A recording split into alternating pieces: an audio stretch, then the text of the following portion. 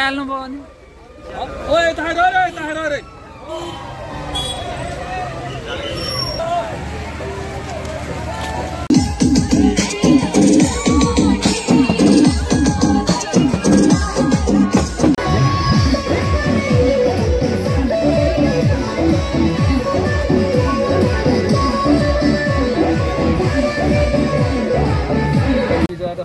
দেখা গৈছে জামুগুৰিৰ বিভিন্ন প্ৰান্তত ইয়াত প্ৰতিমা বিসৰ্জন কৰিবলৈ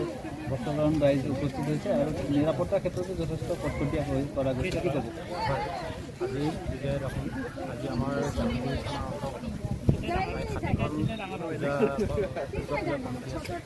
তেওঁলোকে আজি সেই প্ৰতিমা বিসৰ্জনৰ কাৰণে জামুগুৰি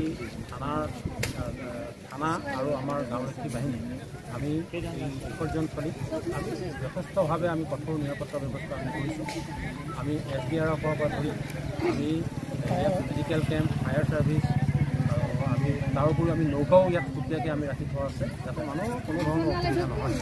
গতিকে আমি প্ৰায় বিসৰ্জন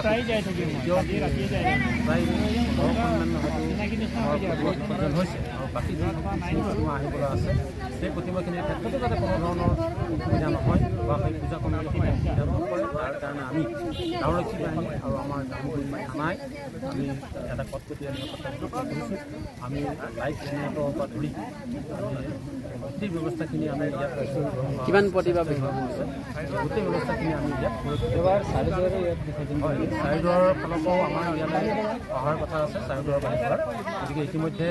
চাৰিদুৱাৰৰ পৰাও প্ৰায় 3জনমান আহিছে আৰু বাকী আহিবলগীয়া আছে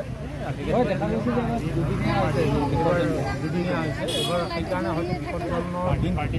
আমাৰ জামুগুৰি থানাৰ পৰা আমি এটা কথা স্পষ্ট আমি কৈছিলোঁ যে আমাৰ 12 তাৰিখে আমাৰ কোনো দুৰ্গা পূজা কমিটিয়ে মানে আজি শনিবাৰ কাৰণে হয়তো নকৰি তেওঁলোকে অহা কাইলৈ কৰাৰ কথা এটা তেওঁলোকেও আমাৰ বিশেষভাৱে জানিব পাৰিছোঁ